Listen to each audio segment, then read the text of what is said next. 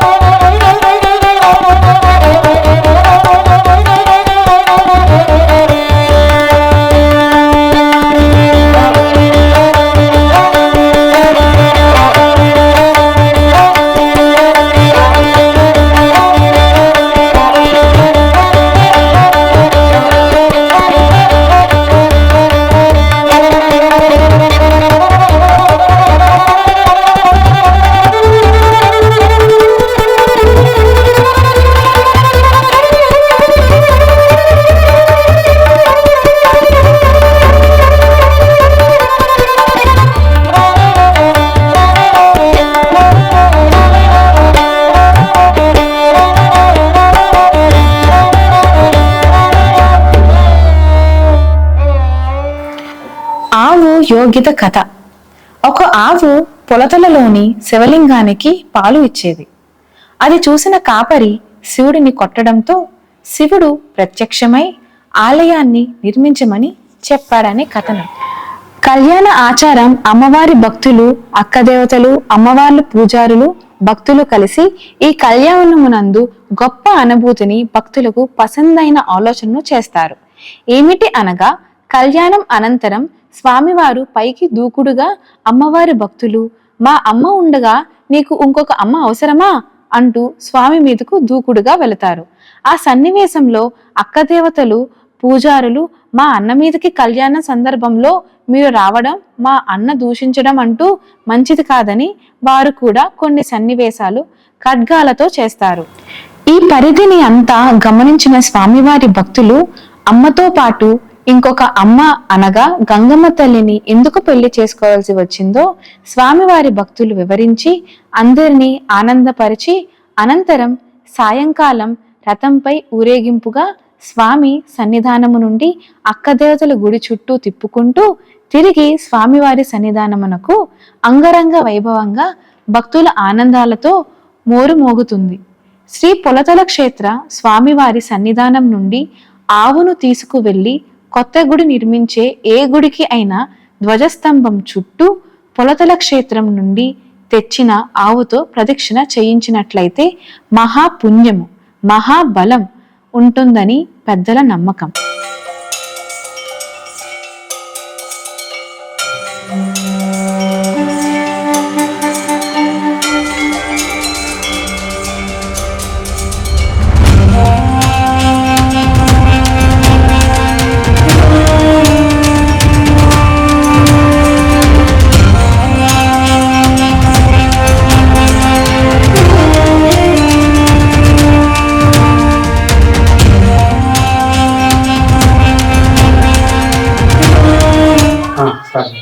సరేనా? ఆంధ్రప్రదేశ్ కడప జిల్లా పెళ్లిమేరి మండలం గంగనపల్లి గ్రామ పంచాయతీలో పొలతల క్షేత్రం వెలిసి ఉన్నది. ఆలయ ప్రధాన అర్చకుడు చంద్రశేఖర్. ఈ ఆలయము సుమారుగా 820 సంవత్సరాల జీవ చరిత్ర కలదు. ఓం నమః శివాయ. పొలతల మల్లికార్జున స్వామి, అక్కదేవతలు, బండన్న స్వామి యొక్క స్థల పురాణము, క్షేత్ర మహిమ గురించి ప్రధాన అర్చకుడు, సహాయ అర్చకుడు, ప్రధాన అర్చకుడు అయినటువంటి టి చంద్రశేఖరరావు మరియు సహాయ అర్చకుడు ఏ సత్యనారాయణరావు చెప్పడం జరిగింది. పొలతల క్షేత్రం అనేటువంటిది వైఎస్ఆర్ కడప జిల్లా పెళ్లిమరి మండలం గంగనపల్లె గ్రామంలో వెలిసి ఉన్నటువంటి పొలతల క్షేత్రం చాలా మహిమాన్వితమైనటువంటి చరిత్ర. ఇక్కడ మునులు, జీవ జంతువులు, క్రూర మృగాలు ఒకప్పుడు నివసించేవి. ఋషులు అందరూ తపస్సు చేసుకుంటా నివసించేవారు. కొద్ది రోజుల తర్వాత శివపార్వతులు భూలోక సంచార నిమిత్తమై ఇక్కడ చూసడంతో ఇక్కడ ఉన్నటువంటి క్షేత్ర మహిమ, ఇక్కడ సాధు జంతువులు ఇవన్నీ చూడడం, ఋషిపుంగవుల యొక్క చూసి కొద్ది రోజులు ఇక్కడ నివాసం ఉండాలని ఆయన పార్వతీదేవి ఈశ్వరుని కోరగా, అదేవిధంగా ఆ విధంగానే కానిమని ఆమె యొక్క కోరికను మన్నించి శివపార్వతులు ఇక్కడ భూలోకంలో ఈ కొండ మీద అడుగు పెట్టడం జరిగింది. ఈ పెట్టడంతో ఒక మహిమాన్వితమైనటువంటి గండశిలలు ఇక్కడ నుంచి బయటపడడం జరిగింది. ఇది స్థల పురాణం. తర్వాత అక్కదేవతలు కూడా గురించి కొద్దిగా చెప్పాలంటే చాలా మహిమాన్వితమైనటువంటి 101 కోనేరులతో వెలిసినటువంటి ఈ అక్కదేవతలు ఈ కలియుగంలో ప్రజలకు ఉన్నటువంటి బాధలు కానీ, మానసిక సమస్యలు కానీ, కోరికలు, ప్రజల యొక్క కోరికలు, భక్తుల కోరికలు నెరవేరుస్తాయనే ఒక ప్రగాఢమైన నమ్మకంతో ఇక్కడికి విపరీతంగా భక్తులు వచ్చేటటువంటి క్షేత్రము ఈ పొలతల క్షేత్రం. త్రేతాయుగంలో శ్రీరామచంద్రుడు సీతాన్వేషణకై ఇక్కడ శ్రీరామచంద్రుని పూజించినాడనేటువంటి ఒక స్థల పురాణం ఉంది. తరువాత ద్వాపర యుగంలో పాండవులు ఇక్కడ వనవాస నిమిత్తం మల్లికార్జున స్వామిని మల్లెపూలతోనూ ఇక్కడ ఉన్నటువంటి మల్లెపూలతో పూజించడం చేత మల్లికార్జునుడు అనేటువంటి పేరు కూడా సార్థకమైందని ఇక్కడ యొక్క ప్రజలు, భక్తుల యొక్క విశ్వాసం. తరువాత ఇక్కడ జనమేజయుడు, చాలామంది మహర్షులు ఇక్కడ కొలువు తీరి మల్లికార్జున స్వామిని సేవించినట్టు కూడా స్థల పురాణం చెప్తుంది. ఈ స్థల పురాణం చాలా మహిమాన్వితమైందని భక్తుల విశ్వాసం. ఈ క్షేత్రాన్ని దర్శించినటువంటి భక్తులకు మోక్షం లభిస్తుందనేటువంటి ప్రగాఢ సంతాపం ప్రగాఢంగా ప్రజలు భక్తులు నమ్ముతారు. ఇక్కడ మల్లికార్జున స్వామికి దేశంలో ఎక్కడా లేని విధంగా కన్నులు ఉండడం చేత ఆయన కన్నులతో చాలా భక్తులను చల్లగా ఆయన కన్నులతో కాపాడుతాడనేటువంటిది ఈ క్షేత్రం యొక్క మహిమ. పూర్వము ఏకుల వాళ్ళు ఉన్నవారు, ఉన్నవారితో ఈ పుట్ట లోపల ఆవు పాలు ఇచ్చిపోతూ ఉండగా ఆవు పాలు ఎందుకు ఇస్తుందని చెప్పి పుట్ట లోపలతో ఈ గడారుతో గొడ్లపారితో ఇక్కడ గడారుతో కొట్టారు. ఆ పుట్టమన్ను తీసి చూస్తే ఈ లింగముకి కన్నులు స్వయంభూ లింగముగా ప్రత్యక్షమైనవి. స్వయంభూ వెలిసి ఉన్న లింగమే ఇది, ప్రతిష్టది కాదు. కానీ ఆ కోరికల నమ్మకంతో ప్రజలు నమ్ముకొని వాళ్ళు అనుకున్న కోరికలన్నీ నెరవేర్చుకుంటున్నారు. దేవానాం గమనార్థంతు రక్షసాం గురు ఘంటారా పొంతుత్రా ఇది దేవతాక్వానాం లాంఛనం ఇది ఘంటానాదం శ్లాపయామి. ఓం శిశుభురాఘ్యమనోత్తమానసాత్య ఆద్య బ్రహ్మణే తృతీయ ప్రార్థే శ్వేత ఋషంకల్పే వైవస్పదే మన్వంతరే కలియుగే జంబూద్వీపే వృతవర్షే వృతఖండే మేరో దక్షిణ దిగ్భాగ్యే శ్రీశైలక్షేత్ర ఆగ్నేయ దిగ్భాగే దండకారణ్య. ఓం శివాయ నమః, ఓం మహేశ్వరాయ నమః, ఓం శంభవే నమః, ఓం పినాకినే నమః, ఓం శశేఖరాయ నమః, ఓం వాముదేవాయ నమః, ఓం విరూపాక్షాయ నమః, ఓం కపార్తినే నమః, ఓం నీలలోహితాయ నమః, ఓం శంకరాయ నమః, ఓం శూలపాణికే నమః, ఓం ఖడ్వాగ్గినే నమః, ఓం విష్ణువల్లభాయ నమః, ఓం శ్రీవిష్టాయ నమః, ఓం అంబికనాథాయ నమః, ఓం సిద్ధిఘంటాయ నమః, ఓం శివప్రియాయ నమః, ఓం ఉగ్రాయ నమః, ఓం కపాలినే నమః, ఓం కామర్కే నమః, ఓం అంధకాసురసూక్ష్మాయ నమః, ఓం గంగాధరాయ నమః, ఓం లలాటాక్షాయ నమః, ఓం కాలకాలాయ నమః, ఓం కృపనిధే నమః, ఓం భీమాయ నమః, ఓం పరశుహస్తాయ నమః, ఓం మృగప్రాణియే నమః, ఓం జటాధరాయ నమః, ఓం కైలాసవాచినే నమః, ఓం అస్తు గురువరేశ్వరాయ మహాదేవాయ దిగంబరాయ త్రిపురాం జటాయ కాలాయ కాలాగ్నిరుద్రాయ నీలకంఠాయ మృత్యుంజయాయ సర్వేశ్వరాయ సదాశివ శ్రీమన్మహాదేవాయ నమః. షోడోపచార పుష్పోపచార పూజాం కరిష్యామి.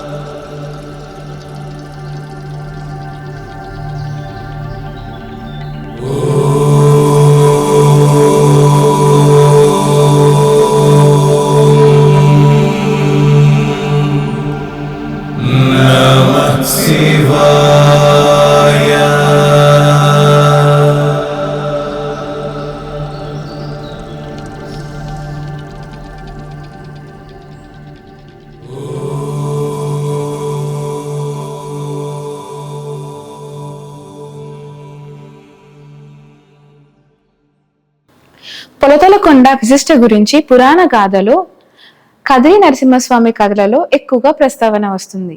అలాగే అహోబిల నరసింహస్వామి కథలలో కూడా పొలతలకొండ గురించి ప్రస్తావన ఉంది. అహోబిల నరసింహస్వామి హిరణ్యకశిపుని సంహరించిన తర్వాత ఆయన ఉగ్ర రూపంలో ఉన్న సమయంలో లక్ష్మీదేవి కనిపించడంతో ఆయన ఉగ్ర రూపాన్ని చాలిస్తాడు. నరసింహస్వామి ఒంటికి హిరణ్యకశిపుడి రక్తపు మరకలు అంటుకొని ఉంటాయి. నరసింహస్వామి రుద్ర ఆవేశాన్ని తగ్గించడానికి అతని ప్రతిరూపాన్ని కదరి దగ్గరలో లఘువమ్మ కొండలో ఒక గృహలో అతని ఆవేశపూరితమైనటువంటి ప్రతిభను ఉంచుతారు. ఇంకపోతే అక్కమ్మగార్ల గురించి చెప్పుకోవాల్సి వస్తే అక్కమ్మగార్లకు బండన్న, నరసింహస్వామి అన్నలు. లఘువమ్మ కొండలో నరసింహస్వామి స్థావరంలో అక్కమ్మగార్ల అల్లరి మితిమీరిపోయింది. ఎందుకంటే వీళ్ళు చిన్నపిల్లలు. నరసింహస్వామికి స్వయంగానే కోపం ఎక్కువ. వీళ్ళ అల్లరి భరించలేక బండన్నతో చెప్తాడంట, నాకు వీలైనంత దూరంగా వీళ్ళను తీసుకొని వెళ్ళు అని కోపంగా చెప్పారంట. అప్పుడు బండన్న అన్నయ్య మాటలు పాటించడమే ఆయన లక్ష్యం. ఆయన ఏం చేశాడంటే లఘువమ్మ కొండ నుంచి తన కుడి చేయిని ముందుకు చాపారు. అది ఎంతవరకు వెళ్ళిందంటే మనం ఇప్పుడు మాట్లాడుకుంటున్న పొలతలకొండ వరకు వెళ్ళింది. దీన్ని మనం ఫ్లై కెమెరాలో కానీ హెలికాప్టర్లో కానీ చూసినట్టయితే ఆయన చెయ్యి చాచిన విధంగా ఆ కొండ ఉంటుంది.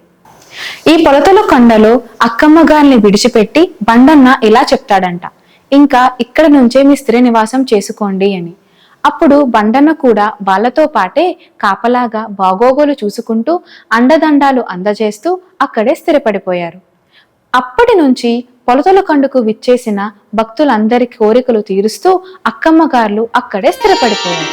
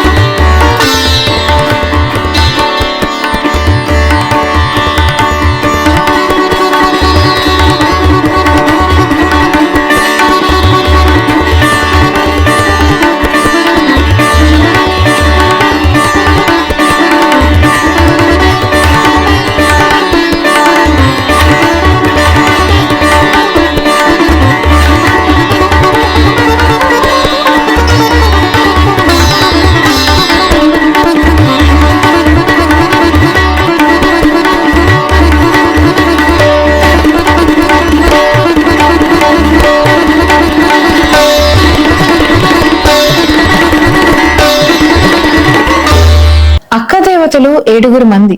వీరిలో పెద్ద వీరమల్లమ్మ, అగ్నికన్యక, దేవకన్యక, సూర్యకన్యక, నాగమున్నమ్మ, శివనాగమున్నమ్మ, చిన్న వీరమల్లమ్మ ఉన్నారు. అలాగే బందన స్వామి మరియు పుట్ట ఆంజనేయ స్వామి కలవు. పెద్ద వీరమల్లమ్మ ఊరు రక్షకురాలిగా పూజించబడే శక్తివంతమైన దేవత. అగ్నికన్యక అగ్నికి సంబంధించిన పవిత్ర శక్తి. దేవకన్యక దేవత అనే భావనతో అనుకుని పూజించబడే ఒక శక్తి స్వరూపం. నాగమున్నెమ్మ నాగశక్తికి అనుబంధం మాతృదేవత. శివనాగమున్నెమ్మ శివునితో కూడా అనుసంధానమైన నాగదేవత. సూర్యకన్యక సూర్యకిరణాల ద్వారా శక్తి ప్రసారం చేసి ఆరోగ్యాన్ని కాపాడి వర్షాన్ని కురిపించే శక్తిగా వర్ణిస్తారు. చిన్న వీర మల్లమ్మ పెద్ద వీర మల్లమ్మకు చిన్నగా స్థానిక భవిష్యత్తు రక్షకురాలిగా పూజించబడే దేవత. ఈమెకు చాలా తెలివితేటలు ఉన్నాయి. దయ్యాలు పట్టిన వాళ్ళు ఎక్కడైనా అంటే మిగిలిన అక్కమ్మగాళ్ళ దగ్గర వెళ్ళినా వాళ్ళు పోకుండా మొండికేసినా కూడా చివరికి చిన్న వీర మల్లమ్మను చూసి ఈ దయ్యాలు భూతాలు ఎక్కువగా భయపడతాయి, ఆమెను చూడగానే పారిపోతాయి అన్నట్టు శరీరం నుంచి అంతటా తెలివితేటలు గలది.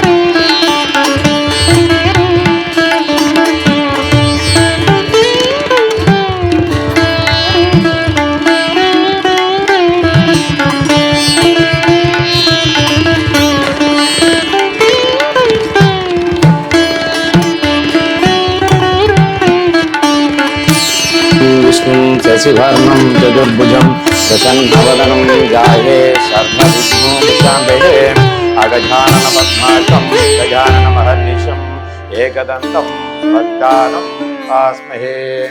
ఓం మమోపాద సమస్త దురితక్షైద్వార శ్రీపులతల అక్కదేవతల ప్రీతేత్యం శుభే శోభనే ముహూర్తే శ్రీ మహావిష్ణురాజ్ఞాయ ప్రవర్ధమానస్య అద్య బ్రాహ్మణః ద్వితీయపరార్తే శ్వేతవరః కల్పే వైవస్వతే మన్వంతరే కలియుగే ప్రథమపాదే జంబూద్వీపే భరతవర్షే భరతఖండే పెన్హానది సమీపే స్వంతగృహే ఆస్మిన్ వర్ధమాన వ్యవహారిక చంద్రమానేన శ్రీ విశ్వావాసునామ సంవత్సరే ఉత్తరాయణే శుక్లపక్షే గ్రీష్మ ఋతుభే ఆషాఢమాసమే నవమి తిథౌ శుక్రవాసరే శుభనక్షత్రే శుభయోగే శుభకరుణే ఏవం గుణ విశేషణ విశిష్టయాం శుభతిథౌ శ్రీమాన్ గోత్రభోస్యం శివగోత్రణాం దేశ్యం పృథివీరిమలమదలి అగ్నిగణిక దేవగణిక సూర్యగణిక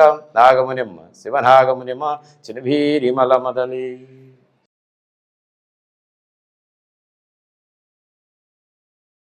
సహ కుటుంబేశం క్షేమస్థైర్యావయాయురారోగ్య ఐశ్వర్యాభివృద్ధేర్థం వస్తు వాహనధనం ధాన్యం వంశాభివృద్ధేర్థం వ్యాపార సిద్ధ్యర్థం దినదినాభివృద్ధ్యర్థం మనోవాంఛ ఫల సిద్ధ్యర్థం శ్రీపొలతల అక్కదేవతల సంపూర్ణ అనుగ్రహ ప్రసాద సిద్ధ్యర్థం శుభం. ఓం సర్వమంగళ మాంగళ్యే శివే సర్వార్థ సాధకే శరణ్యే త్రయంబకే దేవి నారాయణ నమోస్తుతే. శ్రీపొలతల అక్కదేవతలార్చన సమర్పయామి కర్పూర సమర్పయామి. రవిమలమలి అగ్నిగణిక దేవగణిక సూర్యగణిక నాగమునిమ శివనాగమునిమ చినభీరిమలమదలి. ఓం పద్మప్రియే పద్మిని పద్మస్తే పద్మాలయే పద్మాలయ దాక్షి శ్రీ విష్ణుప్రియే విష్ణు మనోనుకూలే లక్ష్మీం క్షీరసముద్రరాజతనయాం శ్రీరంగదామేశ్వరీం దాసీభూత సమస్త.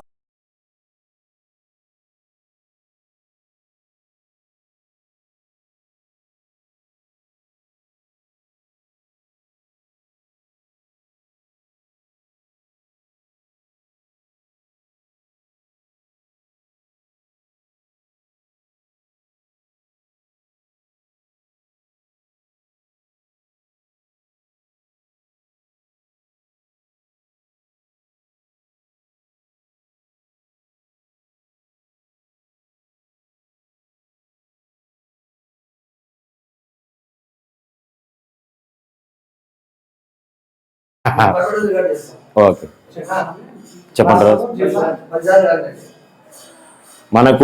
మనకు ఇక్కడ పొలతల క్షేత్రం అని పిలువబడే ఈ క్షేత్రము ఆంధ్ర రాష్ట్రము కడప జిల్లా పెళ్లిమరి మండలము గంగనపల్లి తాలూకాలో మనకు ఈ క్షేత్రము పొలతల క్షేత్రముగా పిలువబడుతుంది.